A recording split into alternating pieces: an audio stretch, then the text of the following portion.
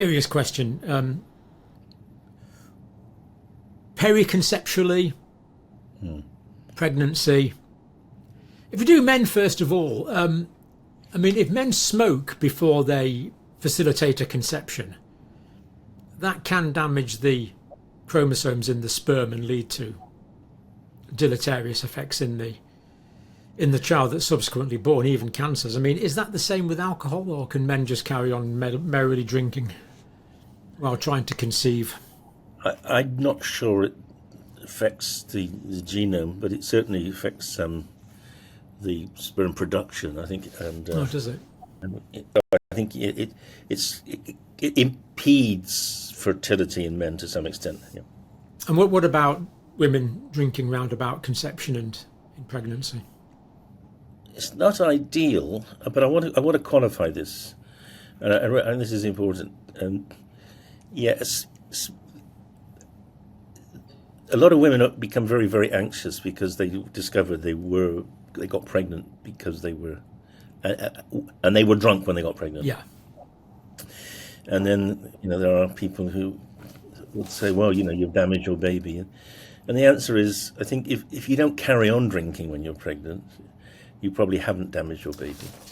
Yeah. But there are a small proportion of women who drink who cannot stop or don't care, and they can drink, and then that first trimester, heavy drinking the first trimester, has a really deleterious effect on the fetus. Yeah. So ideally, as soon as you know you're pregnant, you stop drinking, and ideally, when you're intending to get pregnant, you don't drink heavily. You maybe just a glass of wine a day or no more, because we don't know exactly what the threshold is, and it's probable that there's some effect at low levels, but it's the very high levels that are the real problem.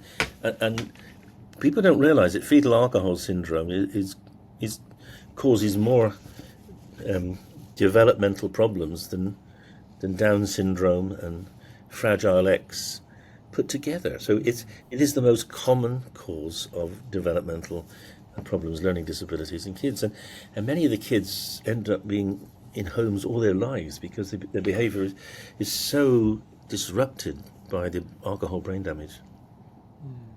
So part of the fetal alcohol syndrome is that the physical architecture of the child's brain is distorted. It is, and it's in the same way as their face looks different and their hearts may be different, but their brain, it works in a very different, and it's almost like they're in overdrive. Many of them have really severe hyperactivity. They're sort of relentlessly active. They can't sit still. It's like extreme ADHD, and it's probably got something to do with, well, the brains are smaller, and I think just so we're now understanding that one of the brain is obviously a really complicated organ, but one of the sort of key principles is that the frontal cortex controls the rest of the brain generally. Yeah. And if your frontal cortex is damaged, like from a road traffic accident or too much drinking, it's harder to control your behavior. And these kids are born with less ability to regulate their behaviors, their activities, and they sometimes just can never learn to sit in class, to read a book. They're just they're brain damaged essentially. That's my simplistic way to think about it, that the frontal cortex, the frontal lobes of the brain, are sort of controlling the lower, if you like, animal parts of the brain. It's the Phineas Gage story, isn't it? The guy who... Oh, yes. Well, tell people... tell your audience about that, because that is a remarkable story. Oh, Phineas Gage, at the time, it was actually quite early. I think he was about 1830s, was he? And he was... in the 1800s, in America. Yeah, and he was packing. He had a bar and he was packing in the dynamite. Yep. And the bar blew out, and it went in there and out there, and everyone assumed he would die, but he didn't. He got better, but he changed. I think he was a lay preacher, like Clark Kent, the mild-mannered reporter, and he became a bit of a lad round town by all accounts, and. Drinking, womanizing, and because the control part of his brain had been damaged. Exactly. And that's very similar to what we see with people who have frontal injury, motorbike cyclists coming off, smashing their front of their head, horse riders. Yeah, you see it. And these kids, and of course we also see it in dementia, frontal dementia, that often is associated FTD, behavioural disturbance, much more than memory disturbance. Yeah.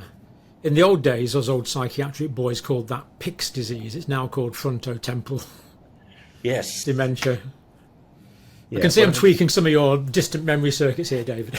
I do remember. I remember learning about PICs. And yeah.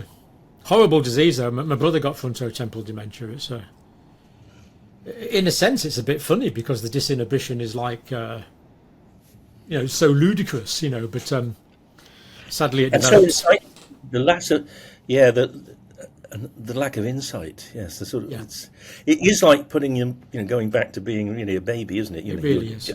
Impulsive. You see something, you want it, you take it. Someone else is like, what's mine? Why shouldn't I have it? Yeah. Now, I started drinking when I was about 19 or 20. About 19. So, 19 to 20, I started drinking. Really, would I have done myself more harm if I'd started drinking 5 years earlier? Almost. One of the strange kind of laws of drinking, which applies across the Western world anyway, is that people start drinking on average about 5 years before they're allowed to buy. And they become alcoholic. They become dependent on average 2 to 3 years before they're allowed to buy. So the median age for becoming alcohol dependent in Britain is about 15. Kids start drinking from about 12. And we know that half of 15-year-olds, both men and women, girls and boys, are drunk at least once a month. Half of 15-year-olds are drunk once a month, at least. And that's been the same for the last 35, 40 years. And so the answer is, for some of them, quite a lot of harm has already been done by the time they get to drinking age. Because dependence dependence on alcohol is a massive problem, because it's there everywhere. It's easy to get. You've got